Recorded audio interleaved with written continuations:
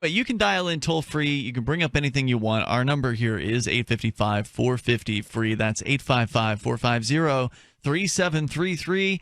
I think maybe we should start tonight with a Venezuelan story that I've been basically sitting on for 2 weeks at this point. It's probably really stale, but if you're in Venezuela, it's probably really stale. But the majority of our listeners are not. Not in Venezuela. If you are in Venezuela, then if you're able to listen to streaming audio, right on, because the government there throttles the bandwidth of the internet. They purposefully make the bandwidth less than what it could be for the people in Venezuela. I'm sure the government officials have plenty of bandwidth for themselves. Yes, well, they're not going to watch things that are prohibited.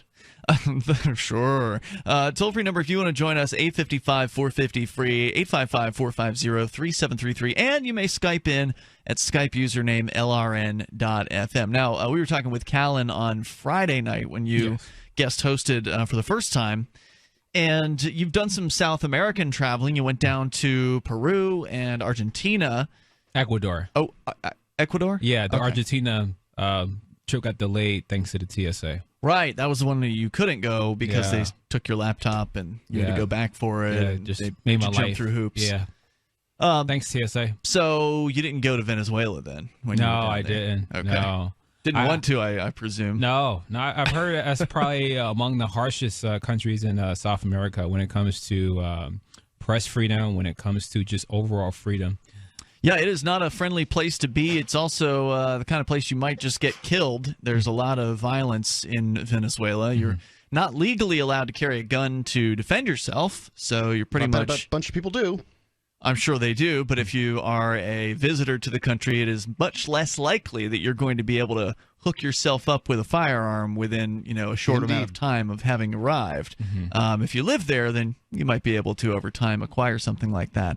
But, it's illegal to defend yourself if you're attacked with a firearm, and so, therefore, anybody who wants to break the law and have a gun can just easily, rob whoever they want or commit whatever kind of horrific acts that they want. We can talk about what's going on in Venezuela, but I do want to welcome our brand newest radio affiliate, KWTO, which is located in Springfield, Missouri. They're at AM 560. I know you love the low dial positions on AM, Mark. I do. They travel farther. Yeah, that's about as low as it gets. Yep. 560 AM. What's the wattage?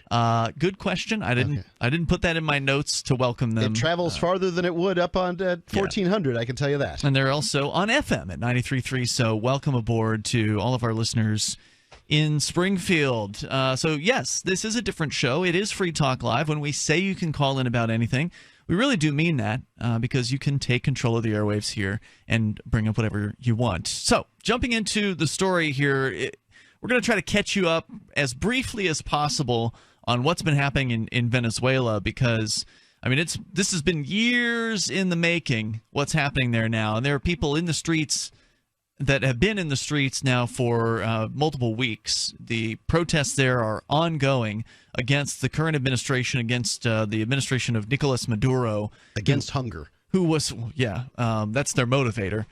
And Maduro was the successor to Hugo Chavez, the long worshipped communist president, I guess, but most would say dictator, because running against these people is very, very difficult. They're going to make your life a living hell if you try to be some level of serious opposition to the status quo. The main guy who's been running against Maduro has been prohibited from running for office now for 15 years. So they're just doing everything they can to try to stop the opposition from getting into control. In 2016, they were supposed to have regional elections, like the state elections, and those were postponed. Now Maduro is saying that he's hoping those can happen sometime this year. I bet he's hoping really, really hard, considering he's the one who's stopping them. Right.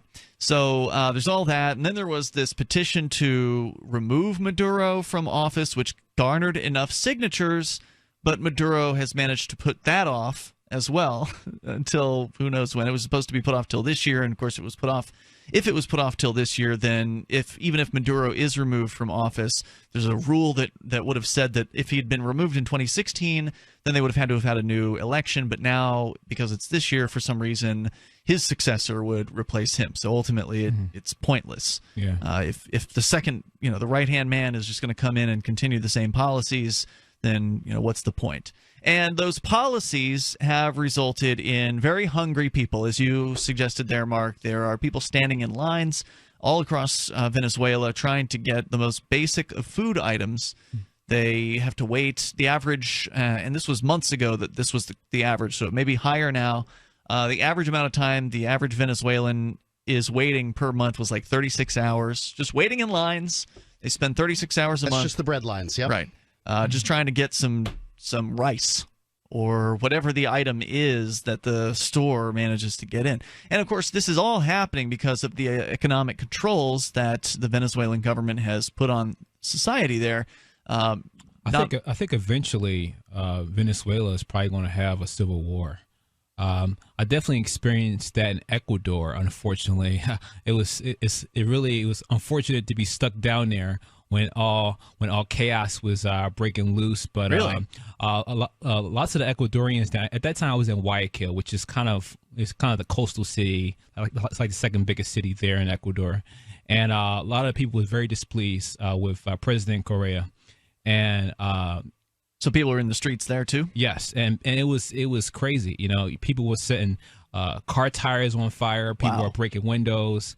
As an American being abroad, it definitely wasn't a safe place at that time. Doesn't sound that way. I didn't even know that was happening in Ecuador. Yeah, but that was 2010, so that was about 7 years ago. But has it settled down since then? That's what I've heard. Okay. That's what I've heard. But I definitely believe that Venezuela may have the very thing, may have also kind of similar civil war happen in their country as well, because it's only but so much that people will continue to allow. There's like a threshold, and unfortunately, sort of like shaking soda, shaking a bottle of soda and then opening the cap. Eventually it's going to erupt. And I think it looked like the people are coming to that. Well, there was another story I had that was all about South American countries, and we never read this one on the air, but all about how there's a rising anti-government sentiment across a lot of the South American countries. So that's probably what's affecting Ecuador. Now, does that mean they're anti-government overall? Probably not. It probably means they're just anti this government, whatever this government might be that's in power at the moment. Anti-government seems to have a theme. It's coming out of Hollywood, and once it's coming out of the movie producers, then you can expect it to get. You're talking about like the Lego movie or whatever? Well, no, I'm not talking just about that. I mean, just about everything you see is very individualistic. I don't know if I agree with you, but give me an example. Just everything I'm seeing, all the Marvel movies, which is just about all of Hollywood these days. Isn't it possible that you're just interpreting art in the way that makes the most sense to you? I don't know. Captain America goes up against a government Hydra, which infiltrates the government through World War II, pervasively infects S.H.I.E.L.D. and all intelligence agencies, and then Captain America proceeds to bring down 3 weapons of mass destruction, government-funded weapons of mass destruction. No, I don't think I'm just making it up. I'm interested in hearing other people's opinions on that, because, there's always been corrupt government movies my entire adult life. The 80s, man, was all about, hey, you got to help the group. You got to stick with everything. It's not that anymore. Now it's freedom! It's interesting because, a lot of Hollywood is on the left. So, agreed. I don't know, man. 855-450 free. You can share your thoughts. More on Venezuela coming up. It's Free Talk Live.